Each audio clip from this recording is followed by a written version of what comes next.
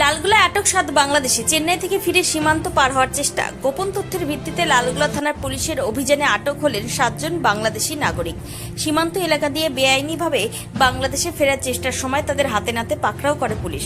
Police সূত্রে জানা গিয়েছে, লালগোলা থানার বয়রা মিরপুর মাঠ এলাকা দিয়ে কয়েকজন ব্যক্তি আন্তর্জাতিক সীমান্ত পেরিয়ে বাংলাদেশে ঢোকার চেষ্টা করছে। এই খবর পেতে দ্রুত অভিযান চালায় পুলিশের একটি বিশেষ দল।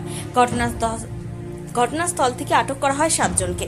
প্রাথমিক জিজ্ঞাসাবাদে জানা গেছে, আটক ব্যক্তিরা সকলেই বাংলাদেশের চাঁপাই নবাবগঞ্জ জেলার চর গয়েশপুর গ্রামের বাসিন্দা। তারা এতদিন চেন্নাইয়ে নির্মাণ শ্রমিক হিসেবে কাজ করছিলেন। কাজ শেষে বৈধ কাগজপত্র ও ইমিগ্রেশন প্রক্রিয়া এড়িয়ে সীমান্ত মাঠের রাস্তা ধরে দেশে ফেরার চেষ্টা করছিলেন তারা।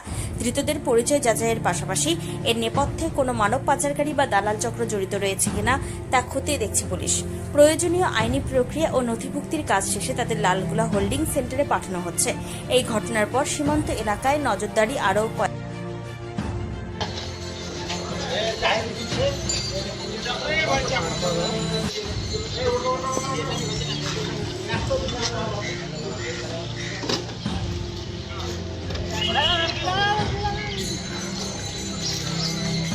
हम बहुत क्या प्रकार के होने हमें बता मेरे